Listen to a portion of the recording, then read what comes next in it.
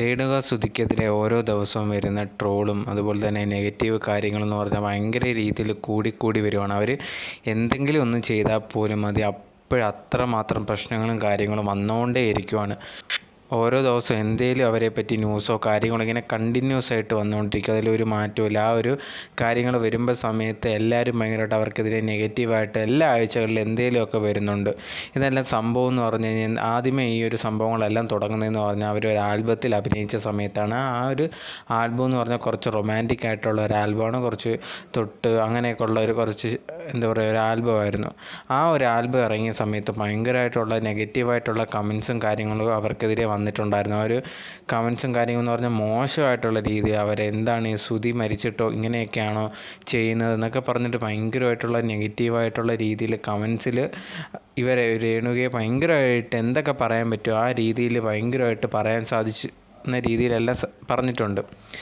അതിനുശേഷം ഉണ്ടെങ്കിൽ ഈ ഒരു സംഭവങ്ങളെക്കുറിച്ച് രേണുകയെടുത്ത് ഒരു ഇൻ്റർവ്യൂവർ ചോദിച്ച സമയത്ത് പറഞ്ഞൊരു കാര്യം എന്ന് പറഞ്ഞു കഴിഞ്ഞാൽ, എനിക്ക് ജീവിക്കണം, എനിക്കിഷ്ടമുള്ള കാര്യം ഇത് കണക്ക് നാടകവും ഇതുപോലത്തെയൊക്കെ ഉള്ള കാര്യങ്ങളാണ്. എനിക്ക് അഭിനയിക്കണമെന്ന് ആഗ്രഹമുണ്ട്, അതിനു വേണ്ടിയാണ് ഞാൻ ചെയ്യുന്നത്. ആൽബത്തിൽ ഞാൻ അഭിനയിച്ചെന്നേ ഉള്ളൂ.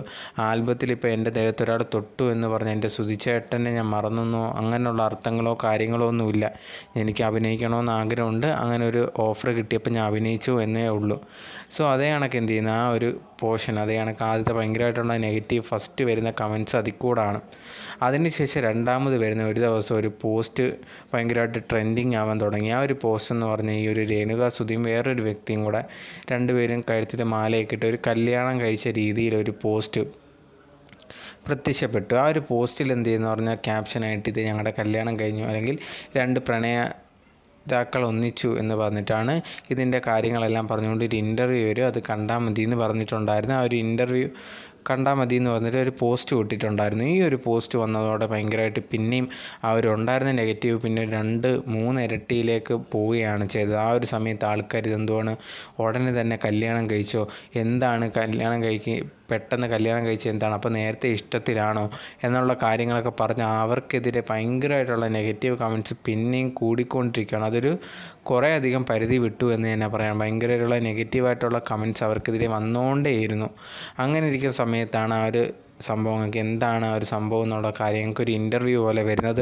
ആ ഒരു ഇൻ്റർവ്യൂവിൽ പറഞ്ഞവർ ഇതൊരു ഫോട്ടോഷൂട്ട് പോലെ ഒരു കാര്യമായിരുന്നു, ജസ്റ്റ് ഒരു മാരേജ് രീതിയിലുള്ള, അല്ലാതെ കല്യാണം കഴിയുകയൊന്നും തന്നെ ചെയ്തിട്ടില്ലായിരുന്നു. പക്ഷേ ഈ ഒരു പോസ്റ്റ് ഇട്ട സമയത്ത് എല്ലാവരും ഭയങ്കരമായിട്ടുള്ള നെഗറ്റീവ് കമൻസൊക്കെ രേണുകയ്ക്കെതിരെ ഭയങ്കരമായിട്ട് വന്നിട്ടുണ്ടായിരുന്നു.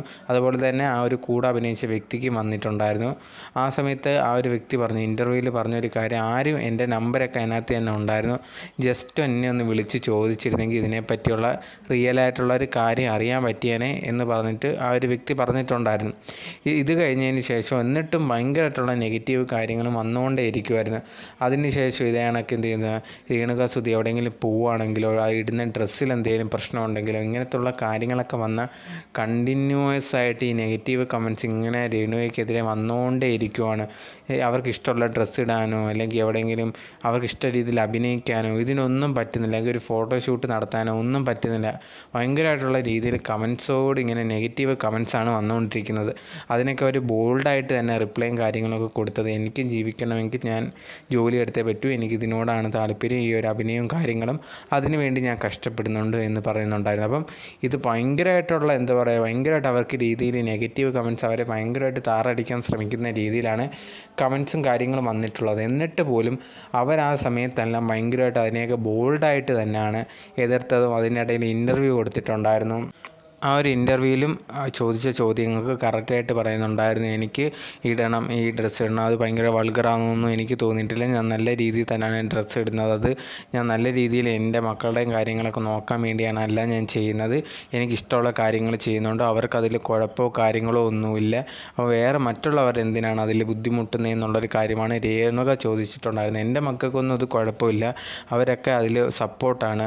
അതുപോലെ തന്നെ ഇങ്ങനെ ആൽബവും കാര്യങ്ങളൊക്കെ വരുന്ന സമയത്തുണ്ടെങ്കിൽ ഇതേ കണക്ക് ചോദിക്കും, ഇറങ്ങിയോ, അതേ കണക്ക് കാണാറുണ്ട് മക്കൾ, അവർ കണ്ടിട്ട് അഭിപ്രായങ്ങൾ പറയാറുണ്ട്. അപ്പോൾ അവർക്ക് ഇല്ലാത്ത കുഴപ്പം എന്തിനാണ് ഈ നാട്ടുകാർക്ക് എന്നാണ് ചോദിക്കുന്നത്. അതുപോലെ തന്നെ കുറേയധികം കമൻറ്റ്സ് വന്നിട്ടുണ്ട്, ഇതൊക്കെ ശ്രുതി ഉണ്ടായിരുന്നെങ്കിൽ എങ്ങനെ സഹിക്കും, അല്ലെങ്കിൽ ശ്രുതി ഇതെങ്ങനെ സഹിക്കും, ഇങ്ങനെയൊക്കെ കാണിക്കുന്നല്ലോ എന്നൊക്കെ പറഞ്ഞ് ഭയങ്കരമായിട്ടുള്ള നെഗറ്റീവ് കമൻസാണ് വന്നുകൊണ്ടിരിക്കുന്നത്. എനിക്ക് പേഴ്സണലി പറയാനുള്ളത്, അവരുടെ ജീവിതമാണ്. ഒരാൾ മരിച്ചു അല്ലെങ്കിൽ ഒരു പാർട്ട്ണർ മരിച്ചു എന്ന് പറഞ്ഞിട്ട് അങ്ങനെ കംപ്ലീറ്റ്ലായിട്ട് ഒന്നും ചെയ്യാതെ അങ്ങനെ ഇരിക്കാനോ ഒന്നും പറ്റത്തില്ല. അതൊരു ലൈഫിലെ ഒരു വലിയ ഒരു വിടവ് തന്നെ ആയിരിക്കും. പക്ഷേ എന്ന് പറഞ്ഞാൽ ഇനിയും ലൈഫ് മുമ്പോട്ട് പോകണം, ജീവിക്കണം, അവരെ കാര്യങ്ങൾ നോക്കണം, അവർക്ക് ഇഷ്ടമുള്ള കാര്യങ്ങൾ ചെയ്യണം. ഒരാൾ ഇപ്പോൾ ഭാര്യ ഭർത്താവ് ആരെങ്കിലും ഒരാൾ മരിച്ചു എന്ന് പറഞ്ഞിട്ട് ആ ചെയ്യുന്ന അവർക്ക് ഇഷ്ടമുള്ള കാര്യങ്ങളൊന്നും ചെയ്തുകൂടാ. അങ്ങനത്തെ ഉള്ള കാര്യങ്ങളൊന്നുമില്ല. ലൈഫ് മുന്നോട്ട് പോകണം, ഇഷ്ടമുള്ള കാര്യങ്ങളൊക്കെ ചെയ്യണം. എന്നാൽ ഇത് ശ്രുതിക്കും ഇതൊക്കെ ആയിരിക്കും ഇഷ്ടം. ഒരിക്കലും അങ്ങനെ തന്നെ ഇരിക്കണം എന്ന് ഒരിക്കലും ശ്രുതി ആഗ്രഹിക്കത്തില്ല.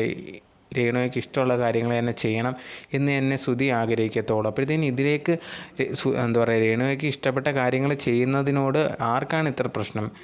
മക്കൾക്കോ വീട്ടുകാർക്കോ ഒന്നും കുഴപ്പമില്ല, നാട്ടുകാർക്ക് എന്തിനാണ് ഇത്രയും പ്രശ്നമെന്നാണ് എനിക്ക് മനസ്സിലാവാത്തത്. അങ്ങനെയുള്ളവരൊക്കെ ഉണ്ടെങ്കിൽ ദൈവത്തെ ഓർത്ത് നിങ്ങളുടെ വീട്ടിലുള്ള കാര്യങ്ങൾ മാത്രം ശ്രദ്ധിക്കുക. ബാക്കിയുള്ളവരെ കാര്യങ്ങളൊക്കെ ശ്രദ്ധിക്കാതിരിക്കും. അത് മെയിനായിട്ട് ചെയ്യേണ്ട ഒരു കാര്യം. ഇത് ബാക്കിയുള്ളവരെ കാര്യത്തിൽ ഇടപെടുക, അവരെന്ത് ഡ്രസ്സാണ് ഇടുന്നത്, അവരെന്താണ് ചെയ്യുന്നത്, അവരെന്താണ് പറയുന്നത്, ഇങ്ങനത്തുള്ള കാര്യങ്ങളൊക്കെ നിങ്ങളുടെ കാര്യങ്ങൾ മാത്രം നോക്കുക. അല്ലെങ്കിൽ നിങ്ങളുടെ വീട്ടിലുള്ളവരെ കാര്യം നോക്കുക. ബാക്കിയുള്ളവരുടെ ജീവിതത്തിൽ ഇടപെടാതിരിക്കുക. അവരെ ഇഷ്ടമുള്ള രീതിയിൽ ജീവിക്കട്ടെ.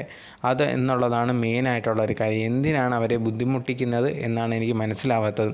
സോ ഒരു വീഡിയോ കണ്ടിട്ട് ആർക്കെങ്കിലും എന്തെങ്കിലുമൊക്കെ ഇതൊക്കെ ഇങ്ങനെയാണെങ്കിൽ കമൻസും കാര്യങ്ങളൊക്കെ ഇടുന്നവർക്ക് ഓക്കെ ഇനി ഇതുപോലെ ചെയ്യണ്ട എന്നൊരു ചിന്തിക്കുകയാണെങ്കിൽ അതെനിക്ക് ഭയങ്കരമായിട്ട് ഹാപ്പി ആയിട്ടുള്ളൊരു കാര്യമായിരിക്കും. നിങ്ങൾ മാക്സിമം അങ്ങനത്തെ നിങ്ങൾക്ക് ചില കാര്യങ്ങളോട് ഇഷ്ടമില്ലായിരിക്കും, അതങ്ങനെ തന്നെ ഇട്ടിട്ട് പോകണം. അല്ലാതെ അത് ചെയ്യുന്നവരോട് ഭയങ്കരമായിട്ട് മോശമോ രീതിയിലൊന്നും പെരുമാറാതിരിക്കുക. അതാണ് മെയിനായിട്ട് ചെയ്യേണ്ടത്. സോ നിങ്ങൾക്കത് ഇത് കാണുന്ന കുറേ പേരെങ്കിലും അതിൽ മാറുമെന്ന് ഞാൻ വിചാരിക്കുന്നു.